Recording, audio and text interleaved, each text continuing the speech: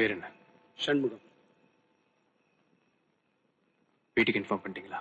Inform பண்ணியாச்சு sir. Investigation start பண்ணியாச்சா? இல்ல சார். ஏன்? விட்னஸ் இல்லை சார். எப்படி பட்ட பகல்ல நடு ரோட்ல எல்லாரும் முன்னாடி நடந்திருக்கு? ஒரு ஆள் கூட பார்க்கல? பார்த்தாங்க சார், ஆனா சொல்ல மாட்டாங்க. ஏன்? வை? பயம். யாரை பார்த்து? தேவராஜ், சூர்யா.